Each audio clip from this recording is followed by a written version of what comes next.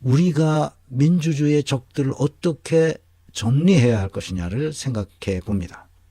영혼이 없는 고위 공직자들. 지금 아까 이름을 불렀던 윤석열서부터 저 이상민까지 지규현 같은 이런 놈들, 영혼이 없는 공직자들, 그런 놈들이 흡혈귀죠.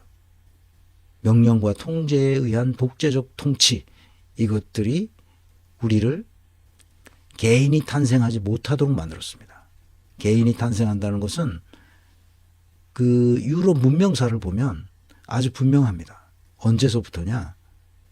책에 다 남아 있어요. 내가 여기 지금 책을 안 가져왔는데 그 명예혁명 이후에 계몽주의 사상이 지배하던 시대부터 서서히 개인이 탄생하고 시작합니다. 그래서 시민혁명이 일어나고 프랑스 혁명이 일어나고 혁명이 일어나면서 개인이 확실하게 탄생하고 나는 누구로부터 명령 통제받지 않는 자율적 인간으로서 자율적인 주체로서 자신이 되는 것이 삶의 목표가 되도록 돼 있단 말이죠. 그러니까 독재가 나올 수가 없는 거죠. 그래서 지난번 남태령 대첩에서 이겼던 우리 20, 30대 여성 동지들 생각하면 저 친구들이 어디서 저런 걸 배웠을까? 내가 그걸 밤새도록 보면서 그 유튜브를 보면서 그런 생각을 했어요. 아니 누가 가르쳐 주지도 않았는데 쟤네들은 어디서 저런 걸 배웠지? 어떤 그 21세기에 태어난 아이들 아니야? 걔네들 20, 30대 21세기에 태어난 아이들인데 끼케야 90년대 후반에 태어났을 거예요. 어떤 여자애가 나와서 막 이렇게 딱 나와. 어느 학교 그 나와가지고 지금 그 석사학위 논문을 쓰다가 나왔습니다. 그러고선 투쟁 이러더라고. 그래서 내가 깜짝 놀랐어. 아니 쟤네들이 어디서 저걸 배웠지? 아니 우리처럼 다 유신 시대를 살아온 경험이 있는 사람이면 몰라도 어떻게 쟤네들이 저런 걸 어디서 배웠어? 아니 노동조합을 했는 애들도 아니야. 대학원에서 석사학위 받으려고 논문 쓰다가 거기 나왔다니까. 난 그래서 야 이게 정말 우리 시대 노털들하고는 완전히 다르다. 그러니까 그런 독재 정치가 이제 통하지 않는 시대가 된 거죠. 신자유주의 이념이 양극화를 확대함으로써 결국 이런 것이 흡혈귀들을 양산하게 됐다는 거야. 이 흡혈귀를 없애버려야 돼요. 다시 말하면 흡혈귀에게 네가 노동해서 네가 돈 벌어서 네가 살아라. 뭐 수천억을 벌든 수조를 벌든 그것은 네 자유다. 다만 불로소득은 용납할 수 없다. 불로소득은 용납이 안 된다. 그러니까 빨대를 다 치워줘야 됩니다. 얘네들이 피 빨아먹던 애들 아니야? 그럼 피 빨아먹는 애를 양산하면 안 된다. 그래서 또 한 가지는 이성의 한계 밖에 있는 종교를 우리는 거기 가담하거나 그렇게 해서는 안 된단 말이지. 그러니까 이성의 한계 안에 있는 설명이 가능해야 돼. 신앙이 우리 이성으로 설명할 수 없는 신앙을 가지고 어떻게 그것을 등쳐먹냐 말이에요. 그건 등쳐먹는 것밖에 없지. 그건 원신 시대나 고대나 중세에 그 이성의 밖에 있는 그런 종교로 얼마나 등쳐먹었어. 그런 종교는 허락하면 안 되죠. 극단적 이념과 혐오를 양산하는 사람들이 있습니다. 가짜뉴스와 음모론을 만들어내는 사람들도 있죠. 이런 사람들은 흡혈귀를 양산하는 행동대를 만들어냅니다. 이게 심각하죠. 그래서 이 사태는 사실은 거짓말로부터 나와요. 그래서 거짓말인지 아닌지 이것이 신뢰할 수 있는지 없는지만 분별하면 돼요. 그게 뭐라고? 학문적 소양이야. 학문적 소양이 있는 사람은 그거를 이성의 한계 내에서 찾아봐요. 그게 진실인가? 어떤 정보와 데이터가 나오면 그것이 옳은지 그른지를 확인한단 말이죠. 확인한다는 것이 뭐야? 그것이 신뢰할 수 있는지 그것이 과연 타당성이 있는지를 봐요. 타당성과 신뢰성, validity와 credibility를 찾아보는 거예요. 그 credibility라고도 할 수 있고 reliability라고도 할 수 영어로는 표현하는데 어쨌든 우리말로는 신뢰성과 타당성과 신뢰성을 그 정보에서 찾아내는 거예요. 만약에 그렇지 않다. 그러면 그건 가짜야. 그건 음모론에 속해. 근거도 없이 떠드는 거니까. 근거 없이 떠드는 놈들이 무서운 놈들이야. 그래서 엔터테인먼트 하는 애들이 근거 없이 떠드는 애들이 많아. 그러니까 조심해야 됩니다. 이 중요성을 다시 한번 여러분들에게 소개하고 제 강의 마치겠습니다. 내가 좋아하는 페이스북 친구입니다. 조호균 선생인데요. 내가 이렇게만 찾을 수 이렇게 부지런하면 얼마나 좋을까.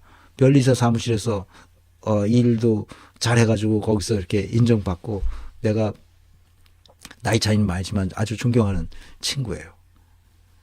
페이스북 친구라고. 페이스북 친구인데 오늘 아주 좋은 글을 써서 여러분들에게 소개합니다. 난 민주당 응원하고 조국혁신당도 응원하지만 나도 다 응원합니다. 헌재에서 탄핵 인용 판결을 나기를 기원하면서 단식하거나 삼보일배하는 등에는 조심스럽게 반대한다. 검찰개혁에 관한 추상적인 아이디어는 많이 있는 것으로 아는데 예컨대 경찰, 공소청, 중대범죄수사청, 중수본, 공수처 간의 구체적인 업무 분장 계획까지 있는지 잘 모르겠다. 참고로 영국의 각 기관 간에 수십 개의 양해각서가 있더라. 이게 무슨 말이냐면 영국은 헌법이 없는 불문법 체계잖아요. 그런데도 사법 신뢰도가 높은 편이에요. 왜 그래? 왜 그래요? 항상 이 커먼로 그게 뭐지? 우리말로 커먼로가 뭐냐? 판례. 그 판례들에 따라서 쭉 재판을 하기 때문에 같은 사건은 같은 재판을 해야 돼요. 같은 형량, 같은 판결문이 나와야 돼요. 다른 경우 지규현처럼 엉터리 같은 판결문이 나오면 그건 완전히 맛이 가는 겁니다. 그런 건 탄핵되죠. 그래서 영국도 판사들이 탄핵이 많이 됩니다. 각 영국 기관 간 그러니까 그 경찰이든 CPS는 공소청이고 거기 수사를 안 해요. 그러니까 이 경찰이든 또는 이게 수사청이든 이런 데하고 수십 개의 양해각서를 가지고 서로 정보를 교환해요.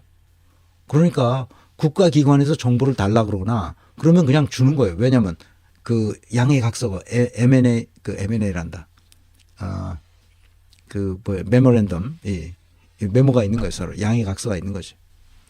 MOU가 있는 거예요. 서로. 그래서 왜 우리나라 국회 조사권은 효용이 없는지. 나는 국회에도 수사권을 줘야 된다고 봐. 미국처럼 거기서 위증하는 놈들 다 처벌할 수 있게. 미국처럼 국회의원 단위로 국회위원회 단위로 국정조사를 개시하고 수행하도록 할 수 없는지. 왜 참사 책임자인 장관, 구청장, 경찰청장, 서장 등은 통신기록을 볼 수 없었는지. 미국에서는 일반 시민도 정보 자유법이 있나 봐요. 합참의장 등 군 수뇌부의 통신기록도 다 볼 수 있고 그건 개인도 볼 수 있는 모양이에요. 의회는 경호처 요원들의 통신기록도 검찰한테서 구걸하지 않고서 다 소환할 수 있던데 이런 것을 개선하는 입법 노력을 하는 것이 더 좋겠으며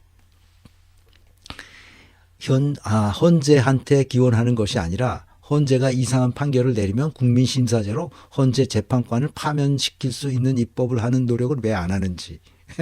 이건 좀 센 주장 같지만 일본은 최고재판소 재판관들을 국민심사로 파면할 수 있는 제도를 갖고 있고 우리나라도 어떻게든 judicial accountability를 실현하는 수단이 있으면 좋겠다. 미국, 영국, 독일 기준으로 봤을 때 우리나라는 제로인 것 같다. 여기서도 judicial accountability 얘기가 나오죠. 독일 헌재의 헌법재판관 16명은 독일 연방의회가 뽑는 셈인데 우리나라는 9명 중 3명만 국회가 뽑을 수 있고 그나마 1명은 뭐예요? 대통령 권한 대행이 임명을 거부하니까 속수무책이고 난 그래서 우리 편이라 적극 반대는 안 하지만 소극적으로 반대한다. 뭘 반대한다?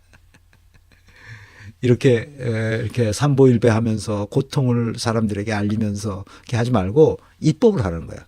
그 입법을 하거나 아니면 서로 MOU를 맺어가지고 서로 정보를 교환할 수 있도록 영국처럼 하든지 아니면 미국처럼 입법을 하고 독일처럼 입법을 통해서 그 권한을 다 행사할 수 있게 하고 모든 것을 투명하게 했으면 좋겠다고 지금 조욱윤 선생이 말하고 있는 거예요. 미국 변호사이면서 한국 변리사이기 때문에 지금 변리사 사무실에서 아주 일을 하면서 또 이런 사회적인 이슈에 대해서 이런 선진국들의 사례들을 뽑아가지고 페이스북에 꼭 올려요. 그래서 내가 가끔 들어가서 보면 좋은 정보들이 굉장히 많아요. 거기에 우리가 배워야 할 정보들이죠. 그래서 아래 사진은 이태원 참사 유족들이 삼보일배 사진인데 감히 빌려왔고 사진 2는 영국 공소청 크라운 프로시큐션 서비스인가 하는 CPS인데 다른 기관과의 양해각서들이다. 영국은 법 규정으로 정하는 것이 아니라 이렇게 약속으로 정하더라. 자기들끼리 서로 메모를 교환해 가지고 우리 이렇게 이런 사건 났을 때 이런 정보를 우리한테 주고 해서 문제를 해결한단 말이야. 한마디만 더 국민이 주인인데 왜 유가족들이 저렇게 삼보일배를 해야 하는지 아무런 이해 당사자가 아니지만 난 정말 화가 난다. 국민이 주인인데 이렇게 눈 속에서 12구 이태원 참사 유족들이 삼보일배하는 장면을 보면 눈물이 나잖아. 조세 피해자인데.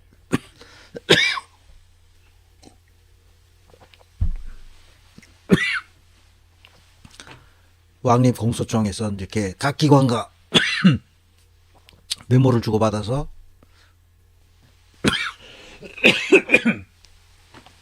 일 처리하는 데 지장이 없도록 합니다. 아이고 제가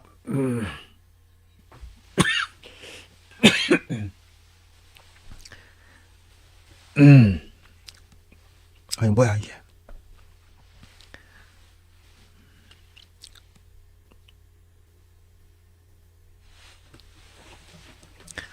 이제 강의도 제대로 못하게 됐습니다. 하여튼 오늘 제가 몸 상태가 안 좋은 상태인데 그래도 약속한 거라 여러분들과 뭐죠?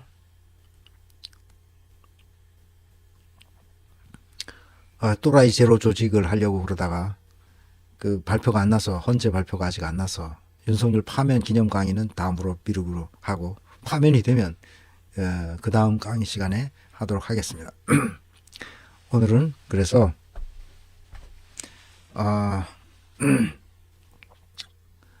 만약에 뭐 내일이라도 파면이 나면 또라이 제로 조직을 하는 걸로 하고 안 나면 헌재 이제 헌법재판소가 문제가 되니까 헌법재판소에 대해서 얘기를 하고 이번 주 내로 파면이 됐으면 좋겠습니다.